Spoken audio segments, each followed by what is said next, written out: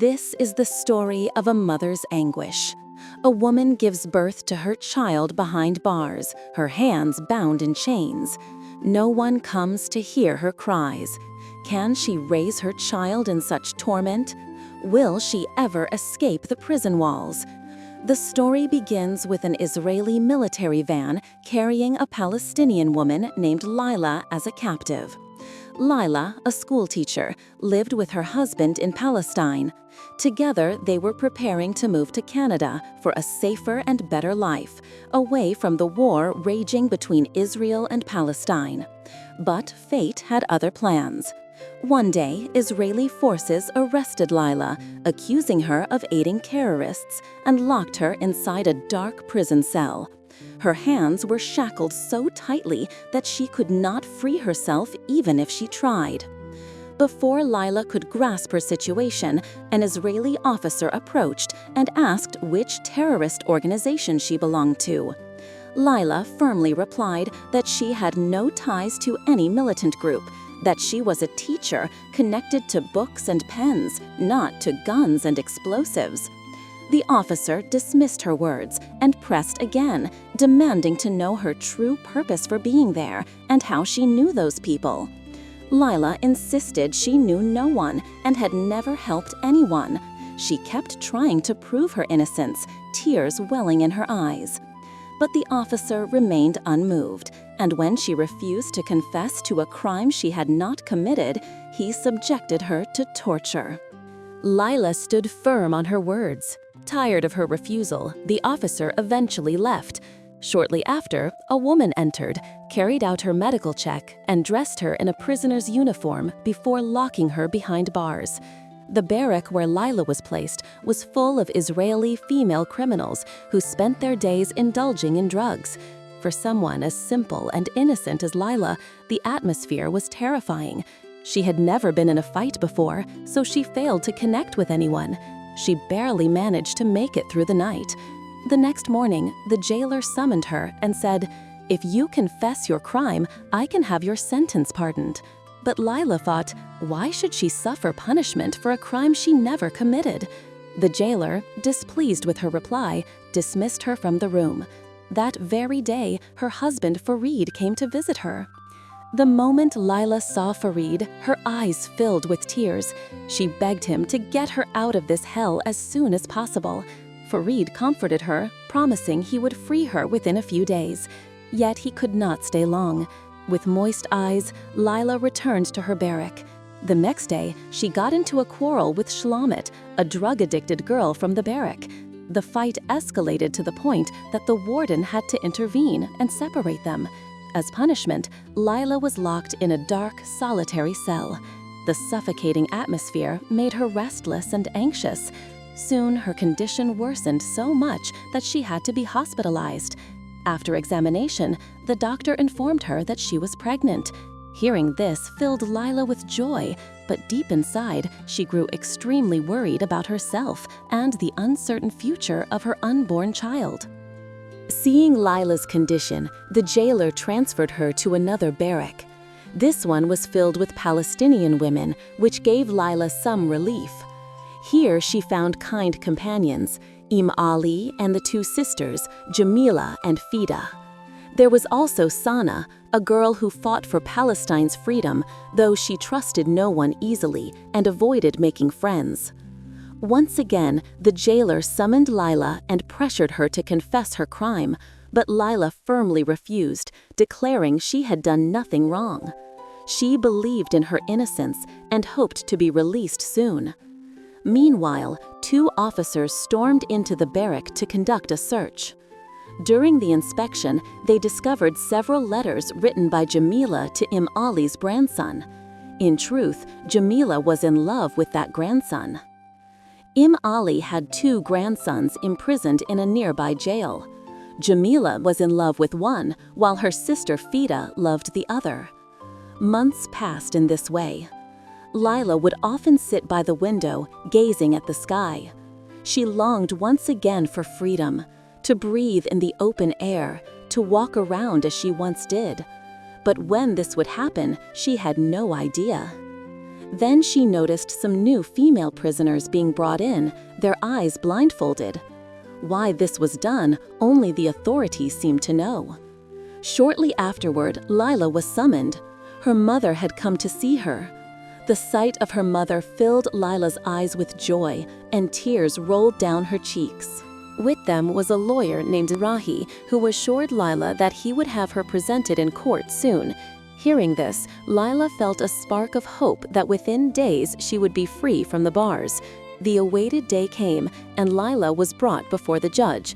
Pointing to a young man, the judge asked, "Is this the boy on whose word you helped the terrorists?"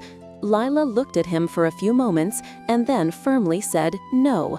The judge immediately ordered the boy's release, but at the same time, Layla was sentenced to 8 years in prison for aiding terrorists. The verdict shook her to the core. She had walked into court with the belief that she would be honorably acquitted today. Layla had hoped to relive her past moments with her husband, but reality turned out the opposite. The court's verdict overturned her entire life. Broken and despairing, she began spending her days like any ordinary prisoner. One day, Farid came to visit and told her he would soon be moving to Canada. Staying here, he said, was not safe. He feared he might end up trapped by the police just as Layla had been. He even advised her to have an abortion, saying it would be best for both of them. Hearing such words from her husband devastated Layla. She could not believe that the man she had loved all her life was now abandoning her. For Layla, this became the second greatest shock she had endured in prison. Layla was lost, unsure of what to do. Even her husband had abandoned her, leaving permanently for Canada. Many times, the thought of ending her life crossed her mind. But within her womb grew another life, and that gave her a reason to keep going. She resolved to live for her child. With time, her pain began to dull, and her tears had dried. She started mingling with her Palestinian companions in prison. The small world of the jail became her family now.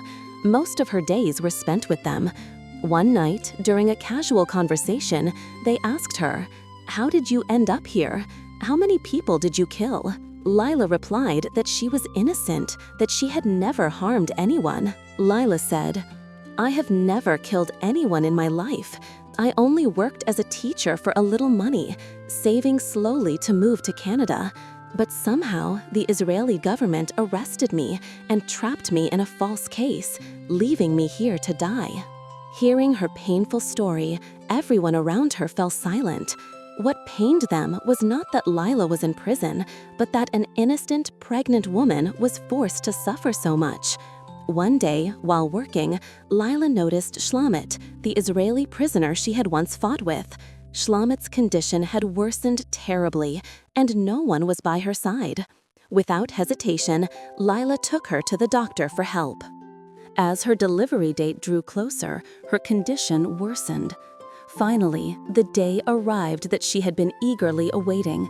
She gave birth to a beautiful baby boy. Holding him in her arms, Layla felt as though she had gained the entire world. Though she was still behind prison bars, in that moment, nothing could take away her happiness. That little child transformed the prison into what felt like heaven. Layla hugged him tightly, tears of joy streaming down her face. When Shlomit regained consciousness and learned that it was Layla who had taken her to the doctor, she felt ashamed. The very friends who had always fought alongside her were nowhere to be found. If Layla had not brought her, she might not have survived. A few months later, Layla herself began to fall ill. After being discharged from the hospital, when she returned to her barrack, the women there warmly welcomed both her and her son. Together, they named him Noor. Though Layla had given birth to him, the way he was being raised made it seem as though he had many mothers. For all the Palestinian women, Noor had become their child. His presence turned the four walls of confinement into a place that felt like paradise. His laughter and existence helped everyone forget their sorrows. Amidst these moments filled with love, a year quietly passed. Noor had now turned 1, and had begun to take his first steps. It was Noor's first birthday. To mark the occasion, Jamila baked a cake out of bread. The women also made a ball from scraps of cloth and presented it as a gift. For little Noor, this ball became his very first toy. Receiving it made him as happy as a child at a fair seeing a brand new colorful toy. As night fell, darkness covered the barrack. The prisoners were waiting for their meal when suddenly the news flashed on television. Israeli forces had attacked Lebanon. The screen showed many dead bodies. Witnessing such a horrifying sight, Sana and several other Palestinian inmates were filled with rage.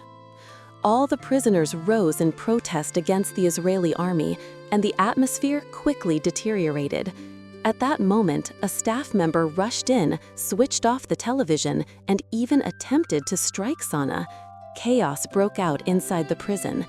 Because of the commotion, the inmates were denied food. The next day, it was shown that all the Palestinian female prisoners had gone on strike against such atrocities. As a result, the daily chores once handled by the Palestinian inmates now fell upon the Israeli prisoners. To earn even 2 meals a day, they were forced to work all day long. Among them was Shlomit, who cleaned the jailer's office. While cleaning, Shlomit noticed a newspaper lying around. She quickly picked it up, hid it, and later secretly handed it to Layla so that the Palestinian women could learn what the Israeli army was doing outside. Sadly, the news was devastating. Israeli forces had wiped out Sana's entire family. Hearing this, Sana lost control and began shouting furiously at the jailer. In response, the jailer came and separated Layla and her son Noor, locking them in another barrack. Now, Layla was cut off from her companions. With her was only her infant son, who was crying from hunger. After all, he was just an innocent child. The place where Noor had opened his eyes was a tiny prison, while the world outside was much larger. In such a moment, Shlomit brought a little food prepared by the Israeli inmates for Noor, but Layla refused to touch it, as she was still on hunger strike alongside her companions. She could never betray them. Around this time, Layla discovered that one of her fellow Palestinians, Rihan, was secretly siding with the jailer and leaking all their plans.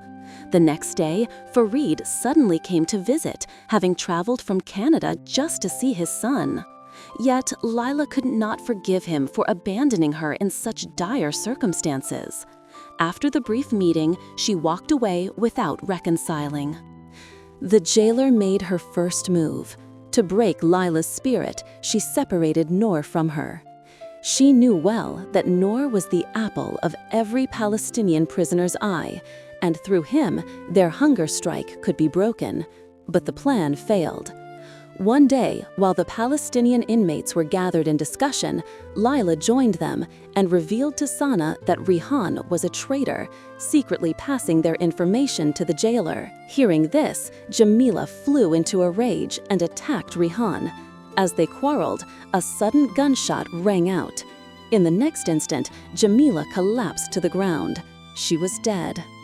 No one could believe Jamila was dead. Her death became the final nail in the coffin of Israeli authority.